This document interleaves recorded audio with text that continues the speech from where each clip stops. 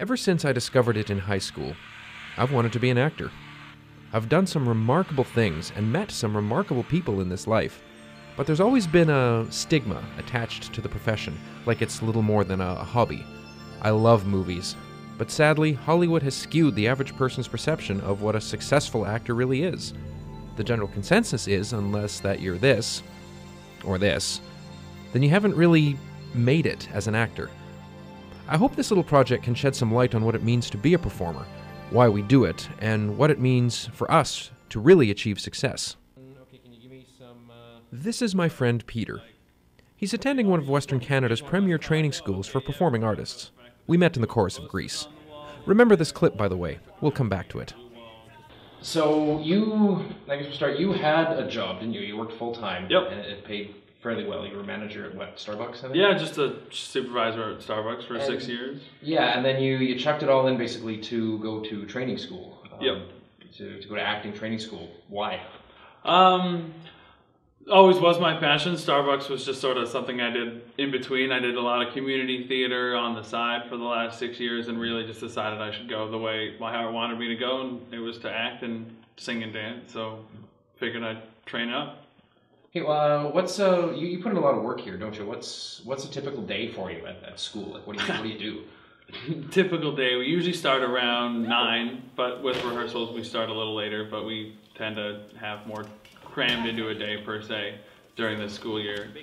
We would start at 9 and go till either 5:30 and have dinner break, and then you would start at evening classes at 6:30, or you would keep going until 9.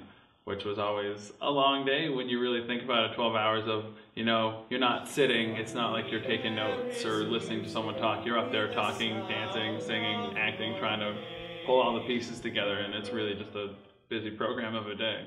Yeah, that's a 12-hour workday. Yeah. Are people surprised when you tell them what you have to go through?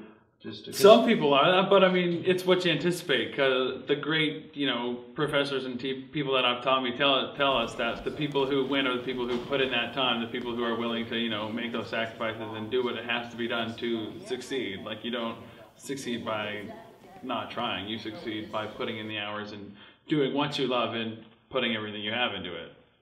So for you, it's worth it, all this work. Oh, everything. Wouldn't trade it for anything. Been the best year of my life training here. I find that's a recurring theme among actors, especially the up-and-comers like Peter. That drive, that passion to put in the work and to make those sacrifices. That's generally considered part of the lifestyle, and it's expected that you will have another job while you pursue your dreams. The general public tends to see these jobs as something like this, or this. But I found one professional working actor who took a slightly different route. If Jeff here looks familiar, think back to earlier. Yep, that's him, singing and dancing up a storm on that car in Grease. When I met Jeff while doing that show, I was impressed with his talent and skill, but I discovered another side to him that I didn't expect. Well, I got into it in elementary school. I was very extroverted, from what I can remember, and I loved being on the stage. I loved the audience. Then in high school, I got involved in it more. And it was a great emotional release and a social thing to me. And I thought, after high school, I told my parents that I wanted to be an actor, so I should go to acting school. And my mother had some performing arts experience before, both professional and non. And she says, "Oh, well, that's great, but what are you going to do for a job? Because after high school, you really have to think about work career." So I said, "Well, I'm going to be an actor." And she says, "Well, you like other things as well, so I want to support you on the acting, but why don't you do something else at the same time?" So I thought, well, what? And it turns out that I was also really good at math and physics and things, and I loved Lego. So she helped me find a 2-year engineering program, and she says, "Well, why don't you go and do that? And then as soon as that's done, you could have a job and pursue the acting in the evenings on the side, get projects, and just be immersed more." So I did that, and the 2 years turned into 6, and I finished with a university degree and a career in that. You heard right. In addition to being a working professional actor, Jeff is also a college-level engineering professor. It may sound like a strange union, but Jeff explained to me how the two actually complement each other. It is very surprising, but there have been some engineers or technical-minded people that do arts, and I find that they are some of the more successful designers because they can think in a different way. There's, if it makes sense, there's more of an emotional content into their physical designs. It just makes it makes sense. And you look at some of the high rollers in big tech companies, Google and Yahoo and Apple and all, a lot of the really successful people have some sort of art in their repertoire. They're in a band, or they play piano, or they sing, or they act, or they're involved in role-playing games where they could become other characters, and it really helps their technical side as well. So it's a benefit, I think. Jeff proved this point while doing The Wizard of Oz. That's him in the lion suit. What you don't see is the custom-designed cooling unit Jeff developed to prevent passing out under the lights in that oven he's wearing. Why do you spend the time? Why do you put all this effort in to do that? I'd like to say that I don't have a choice. I would not be fully content with just one life. The acting side lets me explore emotions and characters that I feel are a part of my life. In real life, you can't be the leader of a gang because it's kind of illegal, and you can't just be Mr. Suave, trying to win the hearts of all the ladies you ever meet, because it's just not how things work. And I'm allowed to explore the emotional side of myself through acting. But then if I pursue too much of that at once and forget the technical side, the little boy who loved dumping the Lego on the floor and trying to see what these Lego pieces can create, he starts to get ignored, and he starts knocking on the door and saying, "Hello, time to get back to the nuts and bolts and design stuff." And so it's two sides of life that I have to pursue. Life wouldn't be fully complete without my artistic expression, and it wouldn't be complete without my introverted mechanical designing as well. The advice I would give would be pursue the art. Never stop pursuing the art, but realize that in the end, the goal you should have is to do good work, not necessarily get paid for it.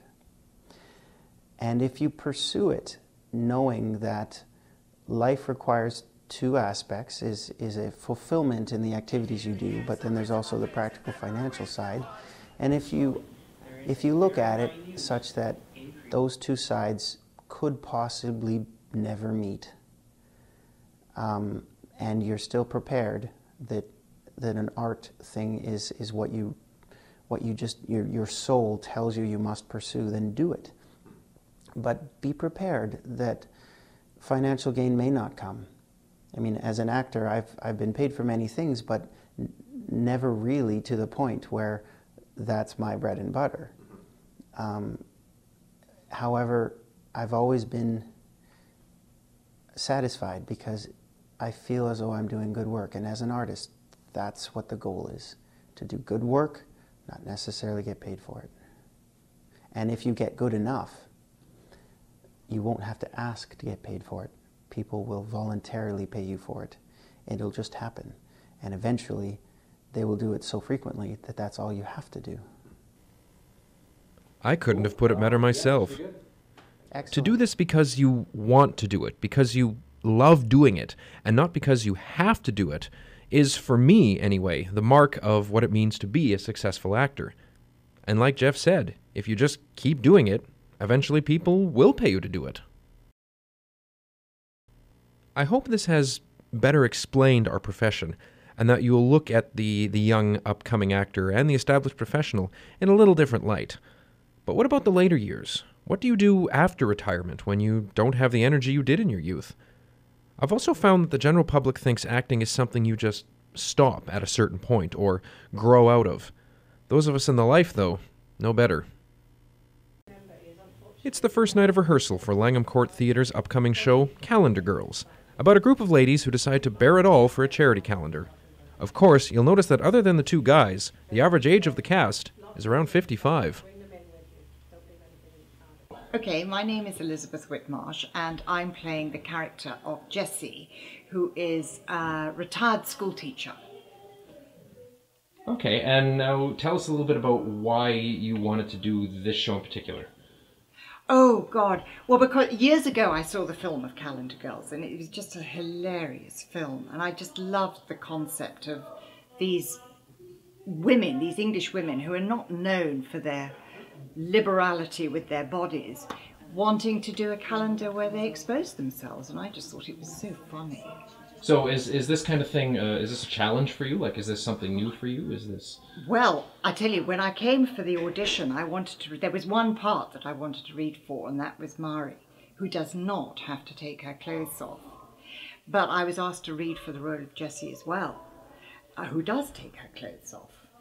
And I was cast as Jessie, much to my surprise, because I was brought up in an English boarding school from 6 to 17. And at English boarding schools, you do not expose your body. You get dressed and undressed underneath the bedclothes. And so this is quite a stretch for me.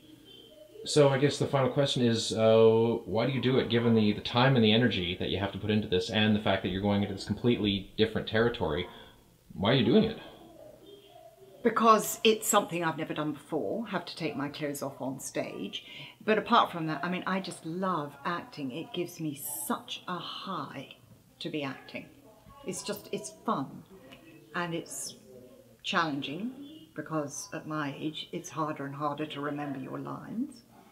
And it's just very exhilarating, very exhilarating. There it is again, that love of performing that never really goes away. Elizabeth also brings up the challenge of it, which we as actors love, regardless of our age. Keep in mind, too, that Elizabeth could be doing anything else with her retirement, but she's chosen not only to continue performing, but to take her clothes off on stage in front of complete strangers every night. You go, girl. The next time someone tells you they're a performer, I hope you bear everything you've learned here in mind. Whether you're talking to an ambitious rookie, an established working pro, or a seasoned veteran looking for something they've never done before, we all share a common bond. A love for the work, a passion to create something, and the need to challenge ourselves. And for us, it's not just a hobby. On with the show.